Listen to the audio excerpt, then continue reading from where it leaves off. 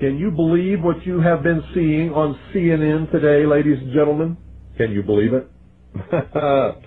Supposedly, a CNN reporter found Osama bin Laden, took a television camera crew with him, went into Osama bin Laden's hideout, interviewed him and his top leadership, his top lieutenants and colonels and generals in their hideout. This is a CNN reporter with a camera crew. And he came out and told everybody, within 3 weeks, Osama bin Laden is going to attack the United States and Israel. Now, don't you think that's kind of strange, folks? You see, because the largest intelligence apparatus in the world, with the biggest budget in the history of the world, has been looking for Osama bin Laden for years and years and years, and can't find him. A reporter from CNN and his little camera crew got in to Osama bin Laden's secret hideout and conducted an interview. If you don't believe me, tune into CNN. They're probably running it right now as I'm speaking. And if you believe it, you are one of the stupidest jerks that ever lived on the face of this earth. And whatever is going to happen that they're going to blame on Osama bin Laden, don't you even believe it. When in hell are all you people going to wake up?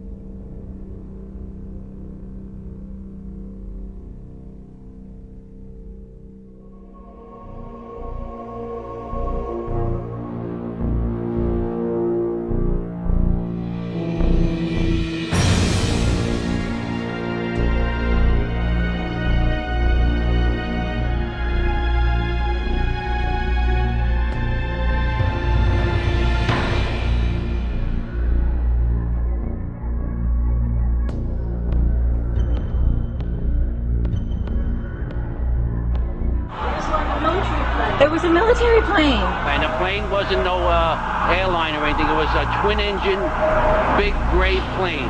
We watched the first explosion. As we're watching the buildings, we saw a black, very large airplane fly right into the second building. It came out of the south, right in front of our eyes. It was so surreal, like a movie set. Were you close enough to be able to see any markings on the airplane? It definitely did not look like a commercial plane. I didn't see any windows on the sides. I think a bomb went off in the lobby first, then a plane hit the building. But then another plane hit the other building.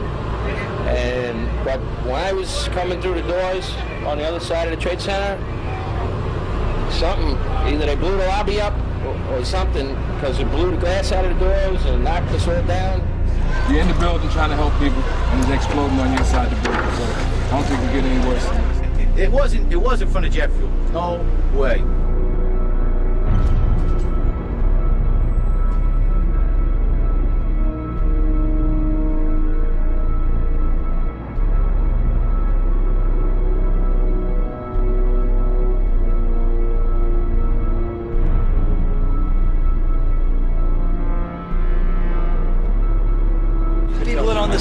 There may be more. Any one of these fucking buildings can blow up.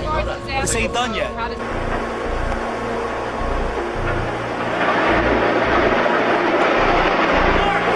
See the firemen assembled here, the police officers, FBI agents.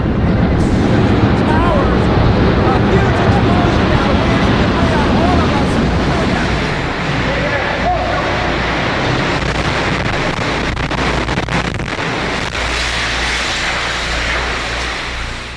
My name's Tom Sullivan. I worked for Controlled Demolition Incorporated, CDI, the top-rated explosives demolition firm in the world, owned by the Loiseau family during the years surrounding 9/11. And I worked for them as an explosives loader for 2.5 years. As an explosives loader, my job was to place explosives in the buildings to prepare them for demolition. There are many steps that you need to take. First off is you have to weaken the building.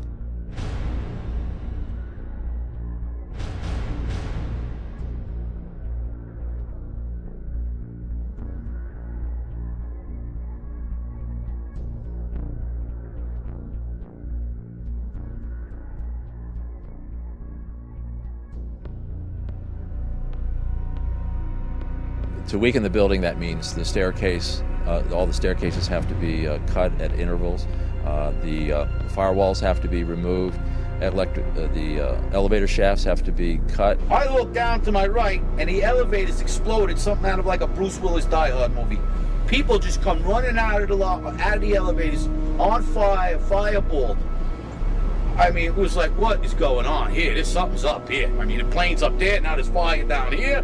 Then you have to move to the support columns on the particular load floors. And those are cut by a torch for two reasons. First, to weaken them, and also to allow for charges to be placed onto the structure, onto the columns themselves. And that essentially reduces their strength by about 20%. And even with all of that work being done to weaken this building, it still remains safely standing, so we can continue to work in it. The story that just a few columns can cause a synchronized global collapse, an implosion, is, well, that's just nonsense.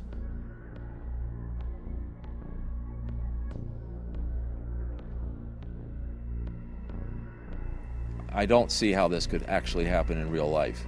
When we load a building, we have to have all the support columns on a given load floor fail at the same time, within milliseconds of one another.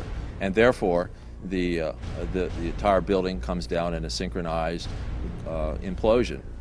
So I think this notion of a one column failure causing an entire building to implode in a synchronized fashion is just nonsense. Looking at the building, it wouldn't be a problem once you gained access to the elevator shafts. How about an elevator modernization, which we know was going on the 9 months prior to 9/11? Yes, Elevator World, March 2001 documents it. In fact, they were in the middle of this modernization. There are people who noted that the elevators were locked in turn and that there were guards placed at these locked elevators during the modernization. Of course, you would have to have access to security. Securicom was brought in. Who sits on the board of Securicom? Marvin Bush, the younger brother of George Bush. Then a team of loading experts would have access to all the core columns and beams. The rest could be accomplished at that point by just the right kind of explosives for the job at hand. The choices are many out there. You wouldn't need miles and miles of det cord. You could have used wireless remote detonators, and they've been available for years. You need to only look at an action movie to see them in use, and of course the military has them as well.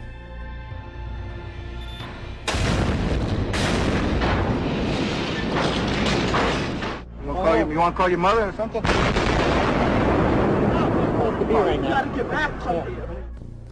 Contractors don't use them, on the other hand, because they're just too expensive. Well, you wouldn't have found steel casings to be left in the rubble. They haven't been used for years. What we use now is RDX copper-jacketed shape charges, and when they're initiated, there's nothing left of those charges. And in the case of thermite, well, thermite self-consuming cutting charges have been around since they first patented in 1984. So there would be nothing left in the debris pile except some residue of molten iron.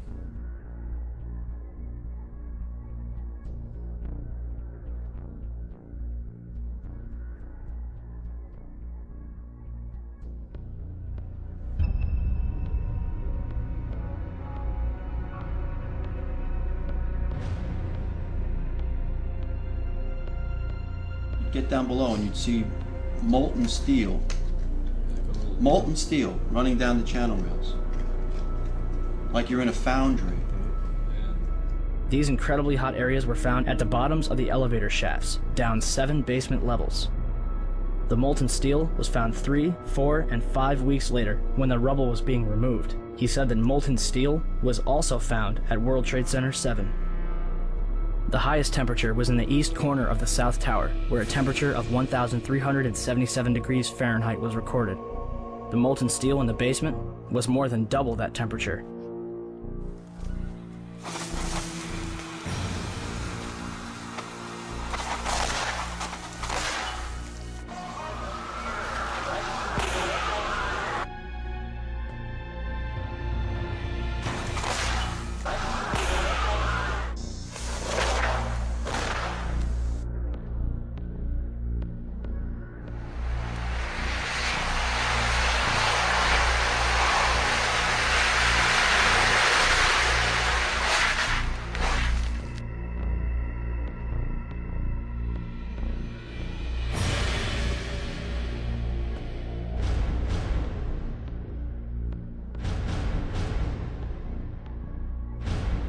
With any implosion, you don't hear one massive boom sound. What you do hear is smaller explosions going off.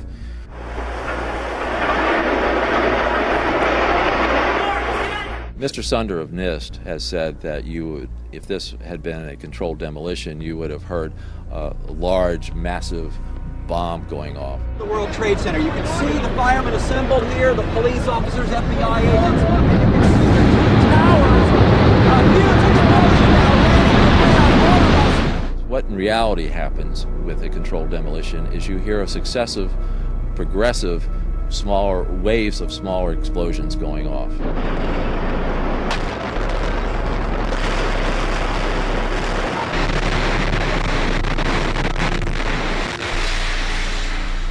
In the case of thermite cutting charges, you would have heard far less noise, since they are worked by thermal heating, melting of the steel, rather than an explosive cutting as in RDX charges. I knew from day one that this was a controlled event, and why I did that is because simply looking at Building 7, you have a sudden collapse of the building. It's fairly symmetrical as it comes down. There's the classic kink, which means that the center core fails first, and you can see that on the video, and the building falls near free fall.